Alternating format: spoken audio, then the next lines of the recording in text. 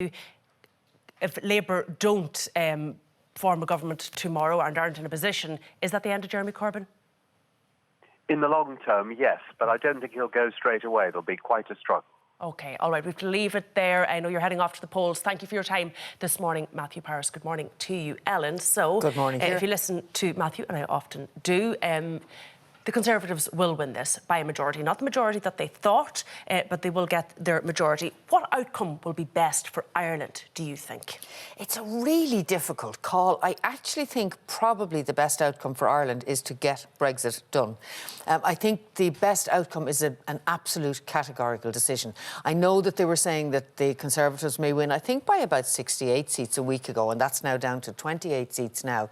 So, as Matthew was saying, they won't have a massive majority, but I think they will have a majority, and I think it will bring clarity. At least now we can begin to look at what does getting Brexit done actually mean. And in fairness to Leo Varadkar, he had been very keen to try and make it as easy as possible for Britain to get back to a position where they could negotiate with the UK and try and make it as easy and as favourable to us as possible. So I think from our point of view, a solid decision, and I think the only way we can get a solid decision is if the Conservatives are elected. I don't think if the Labour Party, for any reason, actually came in with a majority, I don't know what that would actually mean, because I'm not clear in my mind about what Jeremy Corbyn would do with that majority. Would it be another referendum? Would it be a renegotiation? And I think so I think there would still be less clarity. And looking to Northern Ireland, you heard Matthew Parris there talking about tactical voting, and that is certainly something that the Remainer parties in Northern Ireland have been trying to foster over the last couple of weeks. So what do you think that's going to mean for politics in Northern Ireland? It's a different way to campaign in Northern Ireland, isn't it? It's very interesting. And I was talking to a colleague in Newry about a week ago, and she said that what fascinated her was that the DUP had not mentioned Brexit once in their campaign. Not once. And from her point of view, she was an SDLP supporter, and she said that the SDLP had been saying to them, as had all of the parties in Northern Ireland, that once they were in the position of kingmaker in the UK, they should actually use it and they should deliver something for Northern Ireland, and that all of the other parties felt they had missed that opportunity. And it was interesting that in the leaders' debate, the big argument was between the two unionist parties and not those on the nationalist side. I think that tactically it may actually prove very effective in Northern Ireland this time. So Brexit was obviously the big issue in the UK election, and it appears that climate change is going to be one of the big issues in our election next year. Let's talk about the European Green Deal that was announced yesterday. Incredibly ambitious targets and difficult targets for Ireland to meet. Ursula von der Leyen, caps off to the woman. What an incredible start to her presidency. What a vision that by 2050 we would be carbon neutral as an entire European bloc. I really admire that woman. The breadth of the vision is huge, absolutely huge. She has looked at everything from how we live, to how we grow our food, to how we manufacture, to the homes that we live in, to the way that we travel, and it all needs to change. And she's really putting it up to the European leaders. She's saying climate change is the big issue.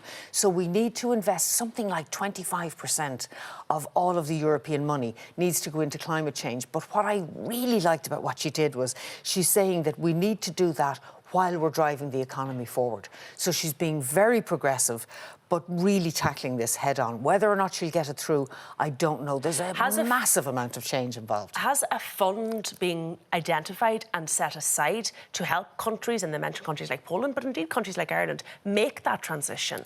I think she's looking at something like 100 million, don't quote me exactly on the figure, but Ireland wasn't mentioned. It was the Czech Republic, Hungary and Poland were the three who were deemed to be in need of most help. But I think what she has done is said, look, if we're going to change, we need to help countries within the EU to change with us, but we also need to make sure that people don't cheat by bringing in products or goods from countries that haven't the same high standards that we have. So she's not allowing people to cheat by importing. It did sound like this great, big, ambitious plan, and yet, if you listen to Greta Thunberg yesterday speaking, she said this is not leading, this is misleading, because she says countries are full of ambition and full of targets, but they are not following it up with action. And she mentions that aviation and shipping are emissions created by goods made in other countries and imported into the EU have been left out. Listen, she's a wonderful kid. I've huge time for her. I think she's a fantastic leader. Anybody who can get 4 million people out on the streets in support of her vision is fabulous.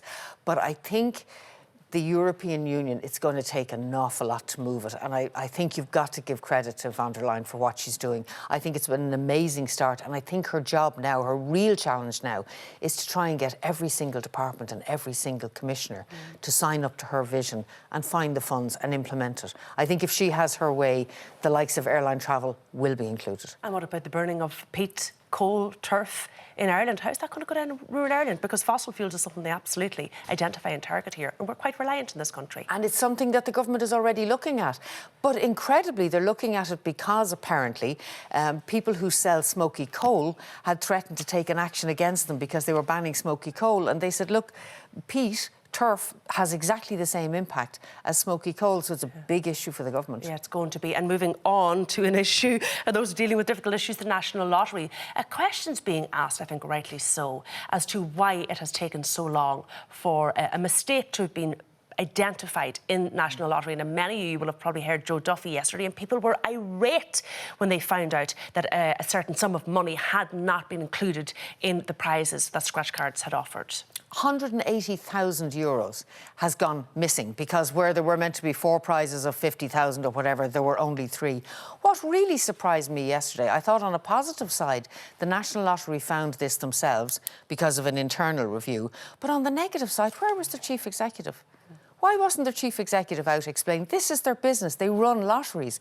They massively screwed up. They got this completely wrong. It's a huge multi-million-pound business. And yet they said that this was human error.